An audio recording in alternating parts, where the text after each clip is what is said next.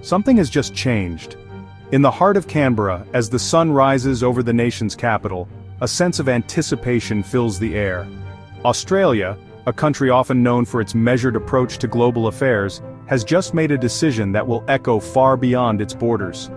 On August 11, 2025, Prime Minister Anthony Albanese and Foreign Minister Penny Wong stood before the nation and the world to announce a fundamental shift in Australia's foreign policy: the formal recognition of the State of Palestine. This was not just another diplomatic statement, but a moment that would redefine Australia's role on the international stage. This decision marks a break from decades of carefully balanced diplomacy, signaling an end to the bipartisan consensus that Palestinian statehood should only come as the final prize of a negotiated peace. For years, Australia's position was to wait, to encourage dialogue, and to avoid taking sides too boldly. Now, recognition is no longer seen as a reward to be given at the end of a long process, but as a tool, a catalyst that could help forge the very peace so many have sought. The government hopes this bold move will encourage renewed negotiations and inspire other nations to reconsider their own stances. The timing of this announcement is critical. It comes after years of escalating violence, mounting casualties, and a deepening humanitarian crisis in Gaza. Images of destruction and suffering have filled screens around the world, prompting urgent calls for action and compassion. By aligning itself with countries like Ireland, Spain, and Norway, nations that view Palestinian statehood as a prerequisite for lasting peace, Australia is seeking to break a diplomatic deadlock that has persisted for generations and cost countless lives. This is a message to the world: the status quo is no longer acceptable.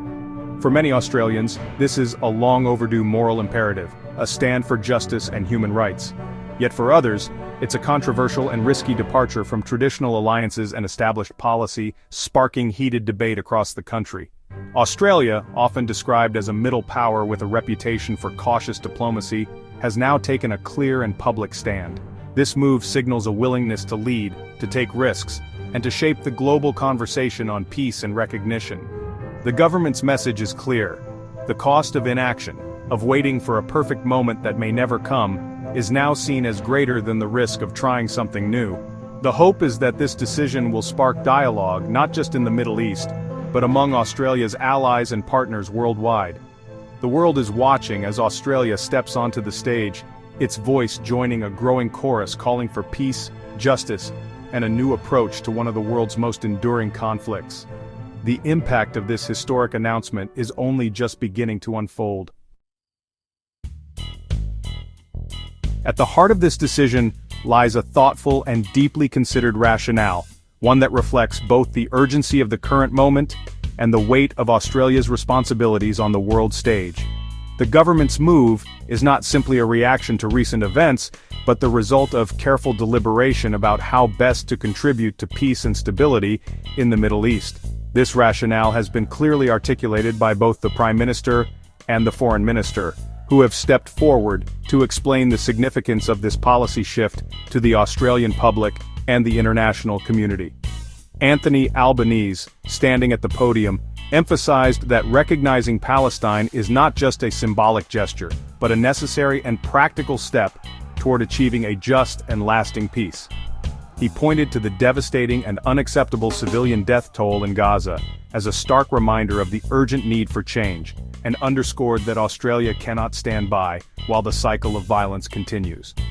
Foreign Minister Penny Wong echoed this sentiment, describing the move as a practical and meaningful contribution to building momentum for peace, especially at a time when hope seems in short supply. She stressed that Australia's recognition is intended to help break the deadlock and encourage renewed dialogue between the parties. For years, the traditional peace process has been stalled, with negotiations faltering and trust eroding on all sides.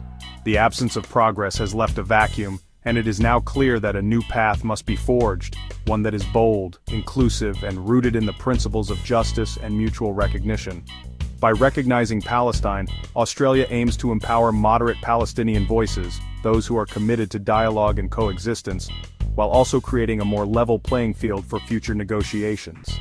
This recognition is intended to give hope to ordinary Palestinians and to signal that their aspirations for statehood are legitimate and supported by the international community. This approach, sometimes referred to as the Albanese-Wong Doctrine, is about taking agency and responsibility. It reflects a belief that Australia, as a respected middle power, has both the ability and the obligation to help shape a more peaceful and equitable world. Middle powers like Australia are uniquely positioned to act as honest brokers, using their influence to encourage compromise and foster dialogue. By stepping up at this critical juncture, Australia hopes to inspire others to do the same, creating a ripple effect that can lead to real change. By joining a growing global consensus in support of a two-state solution, Australia aims to help create a critical mass of international support, one that even the most powerful players cannot ignore. This collective action is essential for moving the peace process forward. Importantly, this is not a punitive measure against Israel, nor is it meant to undermine its security. Instead, it is an investment in the safety and future of both peoples, recognizing that true security can only be achieved when both Israelis and Palestinians have hope and dignity. Australia's position is clear. Israel's long-term security is inextricably linked to the existence of a viable, sovereign Palestinian state living side by side in peace. Without this, the cycle of conflict and instability will only continue.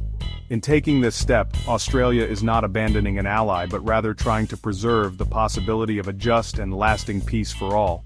The hope is that this new path forward will inspire renewed efforts, both at home and abroad, to finally bring an end to decades of conflict and suffering. To truly grasp the magnitude of this announcement, we must first look back at the long arc of Australia's foreign policy and its deep-rooted traditions. For decades, Australia's approach to the Israeli-Palestinian conflict was shaped by a careful, sometimes cautious, adherence to international consensus and diplomatic protocol. Generations of leaders maintained a policy that sought to balance support for Israel's security with recognition of Palestinian aspirations, always emphasizing dialogue and negotiation. Australia's endorsement of a two-state solution was always conditional, dependent on direct talks between the parties, and on the hope that peace could be brokered through patient diplomacy. This stance became a rare point of bipartisan agreement, weathering changes in government and shifting global tides, and forming a cornerstone of Australia's international identity. But recent events have tested this tradition. The escalating humanitarian crisis in Gaza, with its images of suffering and urgent calls for aid, has shaken public opinion and forced a national reckoning. Across Australia, citizens have taken to the streets, demanding that their leaders move beyond words and take meaningful action. The pressure for change has grown louder and more persistent. In response, the Albanese government faced a pivotal choice: continue waiting for a negotiated settlement that seemed increasingly out of reach, or chart a new course. After careful deliberation, the government determined that the status quo was no longer sustainable, and that Australia could not remain on the sidelines as history unfolded. By moving toward recognition, Australia is sending a clear message: the international community cannot allow the peace process to be indefinitely stalled by political deadlock. The principle of a two-state solution, two peoples living side by side in peace and security, is too vital to be left hostage to a process that has all but collapsed. This marks a decisive shift from passive endorsement to active affirmation, signaling that Australia is ready to play a more assertive role on the world stage. In doing so, Australia is not just altering its policy, it is fundamentally rewriting its place in the ongoing story of this conflict, and reaffirming its commitment to justice, peace, and international responsibility. Australia's decision places it within a global trend. Over 140 UN member states already recognize Palestine. Recognition is a bedrock of foreign policy across the global south. What is new is the surge of recognitions among Western nations. In 2024 to 2025, Norway, Ireland, and Spain recognized Palestine, mirroring Canberra's reasoning. This growing chorus of Western voices signals a major fracture in the negotiations' first approach. The UK, France, and Canada may follow suit, creating a powerful bloc. Australia's decision adds a crucial voice, lending weight to this shift. The momentum is undeniable. The question is when more Western countries will recognize Palestine. This wave isolates countries still holding out, notably the US, Germany, and Japan. Australia's move signals that even loyal allies' patience is wearing thin. Australia's recognition of Palestine is not a blank check. The Albanese government attached stringent conditions to its declaration. These conditions reassure critics and provide a framework for a future Palestinian state. The first condition is that Hamas will have no role in governance. The Palestinian state must be demilitarized, and the Palestinian Authority must recognize Israel's right to exist. Internal governance reforms and the release of Israeli hostages are also required.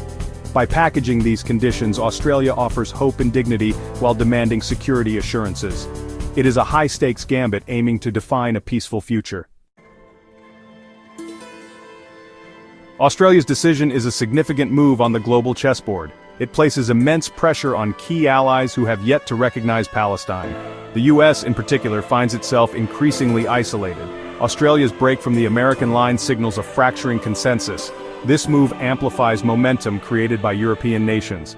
A bloc of G20 and OECD countries is forming, ready to move forward with a political solution. For the Middle East, Australia's decision is a welcome development. It strengthens the hand of Arab states trying to broker a post-war plan for Gaza. The Australian government bets that by providing a political horizon, it can create a new dynamic for peace. The decision has exposed deep fissures in Australian society. Within the government, it was celebrated as a courageous step. The federal opposition condemned it as premature and irresponsible. Community groups are polarized. Some see it as a betrayal, others as not going far enough. The Executive Council of Australian Jewry views it as a betrayal of Israel. Pro-Palestinian advocates argue for further actions, like sanctions on Israel. The debate is far from over. It has only just begun. The news from Canberra elicited strong reactions in the Middle East. The Palestinian Authority welcomed the decision as a vital affirmation. It provides a political boost and strengthens the PA's position. Palestinian officials stress that recognition must be accompanied by a ceasefire. Israel condemned the decision, viewing it as a reward for terrorism. The Israeli government believes security must precede any political settlement. Australia's decision is a bet on the future. It aims to change the conflict's parameters and breathe life into a two-state solution. This move alters Australia's position on the world stage. It carries opportunities and risks, giving Australia a greater say in global events. The success of this decision will be measured over years. Will other Western powers follow suit? Will it lead to genuine reform? Australia has chosen to act, betting on peace over continued failure. Whether this act becomes a footnote or a catalyst for peace remains to be seen.